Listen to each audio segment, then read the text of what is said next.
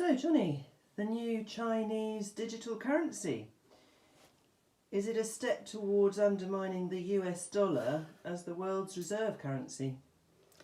Well, interesting. Last couple of days, according to CGTN, which is the official website for the China Global Television News, so presumably it represents the voice of the Chinese government, have announced the much heralded Chinese digital currency, as you say.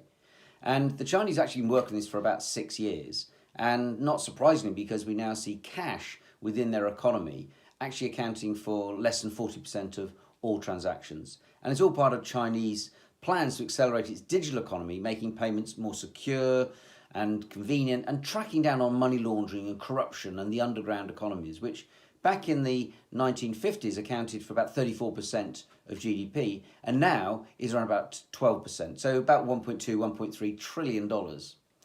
And while the use of the digital currency will be anonymous between the customer and the vendor, the actual information will all be held by the central bank. So giving them a bird's eye view, and you could argue a big brother sort of view of actually what's going on.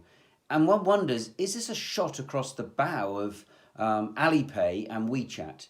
Because whilst they won't be able to know the information about the customers, the central bank will. And so could this create a problem for them at some stage in the future? Very question posed by CGTN in their recent article. But what we're actually seeing is the ability to trace money and track it through the system.